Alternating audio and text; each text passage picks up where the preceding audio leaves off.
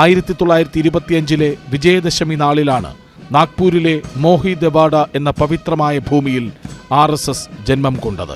പരമപൂജനീയ doctor G എന്ന doctor Keshava Balram Hedgewar ദീർഘദർശിയായ പുണ്യാത്മാവ് ഒരു ചെറിയ വീട്ടിൽ ഒരുമിച്ചുകൂടിയ 17 യുവാക്കൾക്ക് മുന്നിൽ പറഞ്ഞു, ഇന്ന് സംഘം ആരംഭിച്ചു എന്ന്.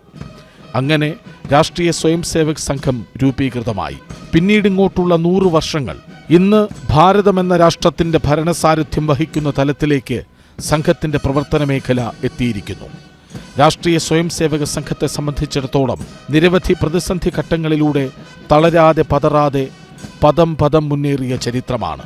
ഭാരതത്തിലെ ഉയർന്ന സിവിലിയൻ അവാർഡ് ജേതാവായിരുന്ന ഡോക്ടർ ഭഗവൻ ദാസ് RSSനെ വിശേഷിപ്പിച്ചത് വളരെ ഉത്സാഹത്തോടെ സ്വയം ത്യജിക്കുന്ന കുട്ടികൾ എന്നാണ്. രാഷ്ട്രത്തിനു വേണ്ടി സ്വയം ത്യജിക്കാൻ തയ്യാറായി വരുന്ന യുവാക്കൾ ഇന്ന് ഏത് സംഘടനയിലുണ്ട് എന്നത് ഒരു ചോദ്യമായി നിൽക്കുന്നു.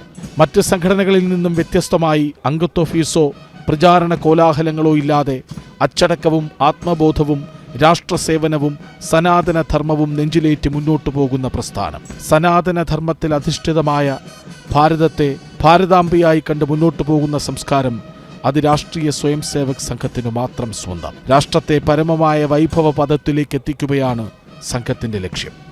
ദേശീയതയ്ക്ക് ഊന്നൽ നൽകി സമൂഹത്തെ രാഷ്ട്രത്തിന്റെ നിർമ്മാണത്തിനും ഐക്യത്തിനും വേണ്ടി ഏകോപിപ്പിച്ചുകൊണ്ട് മുന്നോട്ടു പോകാൻ സംഘത്തിന് മാത്രമേ കഴിയൂ. രാഷ്ട്രത്തിന്റെ സംസ്കാരത്തെയും ധർമ്മത്തെയും ഉൾക്കരുത്താക്കി അവ സംരക്ഷിക്കാൻ, ഭാരതാംബയെ സംരക്ഷിക്കാൻ സ്വയം ത്യജിക്കാൻ തയ്യാറായി വരുന്ന ഒരു പുതിയ സ്നേഹപ്രവാഹമാണ് നാം ഇന്ന് കാണുന്നത്. ആധ്യാത്മികതയിലൂന്നിയ സത്യത്തിലും ധർമ്മത്തിലും അധിഷ്ഠിതമായ ശാരീരിക മാനവിക ബൗദ്ധിക പരിശീലനത്തിലൂടെ സാംസ്കാരികമായി ഉന്നതി നേടിയ ദേശഭക്തരെ വളർത്തുക എന്നതാണ് സംഘത്തിന്റെ പ്രവർത്തനം കൊണ്ട് ഉദ്ദേശിക്കുന്നത്. ആതുര സേവനവും ദുരന്തഭൂമിയിലെ രക്ഷാപ്രവർത്തനവുമെല്ലാം സ്വയംസേവകരുടെ കയ്യിൽ ഭദ്രമാണ്.